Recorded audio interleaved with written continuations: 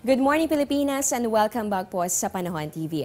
Meron tayong kasabihan na ang taong hindi marunong lumingon sa kanyang pinanggalingan ay hindi makakarating sa kanyang paroroonan. Tama nga naman, lalong-lalo na para sa ating mga Pilipino. Kaya ngayong buwan, gamitin natin ang pagkakataong ito para balikan naman natin yung mga kaganapan o mga pangyayari sa ating kasaysayan. Tandaan din po natin ang lahat ng ating ginagawa ngayon ay magiging parte rin ng ating kasaysayan.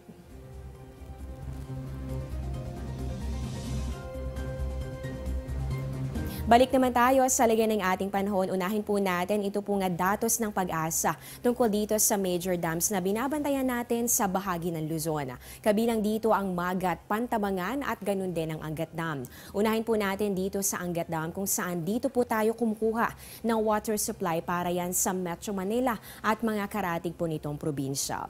Kahapon as of 6 a.m. naitala dito ng pag-asa ang 174.60 meters dahil nagkaroon po yan ng pag-akyat sa water level na umabot ng 0.05 meters in the past 24 hours. Dito naman tayo sa Magat Dam, 159.80 meters at yung pong water level deviation niya, nagkaroon po ito ng decrease in water level na umabot ng 0.38 meters. At panghuli po natin dito naman sa may Pantabangan Dam, dyan po yan sa Nueva Ecija.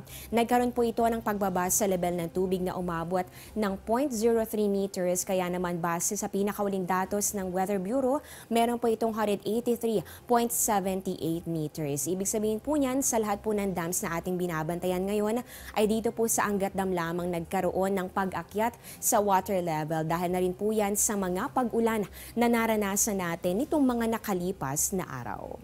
At ngayon naman silipin na po natin ang inaasahang agwat ng temperatura sa iba't ibang bahagi ng bansa. Unahin po natin dito sa Luzon para sa Baguio City, 16 to 20 degrees Celsius. Kaya wag pa rin kakalimutan ang pagdadala ng payong at ganun din ang inyong jacket dahil posible pa rin ang pagkakaroon ng mga pag-ulan dahil po yan sa hanging habagat. Dito naman sa atin sa Metro Manila, mararanasan natin ang 25 to 28 degrees Celsius. So mapapansin ninyo, compare nitong mga nakalipas na linggo kung saan mainit ang ating panahon, ngayon mararamdaman natin yung bahagyang paglamig ng ating panahon dahil po yan sa epekto pa rin ng habagat at meron pa rin tayong inaasahan na mga pag-ulan. Dito naman tayo sa bahagi po ng Visayas. Sa Tacloban, 26 to 33 degrees Celsius. Generally, fair weather condition po ang mararanasan. Dito naman sa Iloilo at ganun din sa City of Smiles, Bacolod, mararanasan ng 25 to 32 degrees Celsius.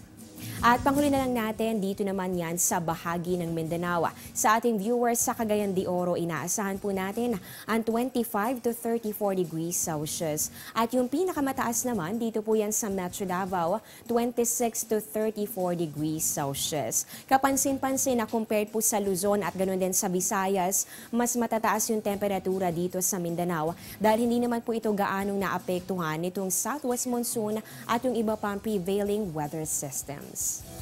Yan naman, silipin po natin ang magiging lagay ng panahon sa mga susunod na araw base dito sa 3-day weather forecast ng Pag-asa. Ang temperatura sa pagitan po ito ng 16 to 19 degrees Celsius at naku, magpapatuloy pa rin ang maulang panahon simula yan bukas hanggang sa darating na Martes. Dito naman sa Metro Manila, inaasahan pa rin po natin ang mababang temperatura. Posible ang umabot lamang ng 24 to 29 degrees Celsius. At bukod po sa traffic, abay paghandaan din natin ang maulang panahon simula bukas hanggang sa darating na Tuesday. Dito naman tayo sa Metro Cebu, maulang linggo po ang mararanasan. Pero don't worry, dahil pagsapit naman ng Monday and Tuesday ay muli namang gaganda ang lagay ng panahon. Dito naman tayo sa Metro Davao, inaasahan po natin yung maaliwalas na weather condition. Maliban na lamang dito sa mga pulo-pulong pag-ulan o pagkidlat pagkulog simula yan Sunday until Tuesday. At panghuli na po natin dito naman sa may Zamboanga City. Ang temperatura 25 to 33 degrees Celsius habang dito naman inaasahan po natin din ito pong pagpapakita ni Haring Araw. Pero kahit po mainit o maalinsangan ng panahon, inaasahan pa rin po natin posible pa rin yung cases ng rain showers or thunderstorms simula po yan bukas at magpapatuloy hanggang sa Martes.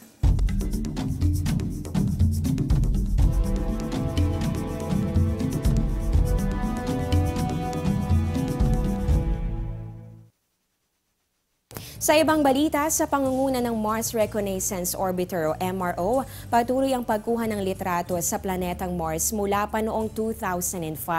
Pero espesyal ngayong August dahil sa geometry ng planeta.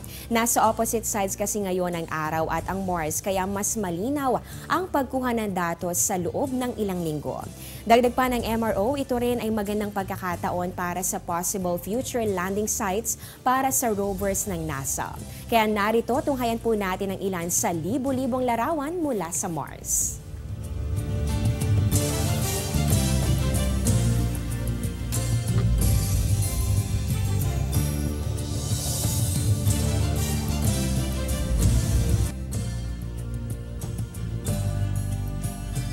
Usapang climate change naman tayo mamaya. Magbabalik pa ang Panahon TV pagkatapos ng ilang mga paalala.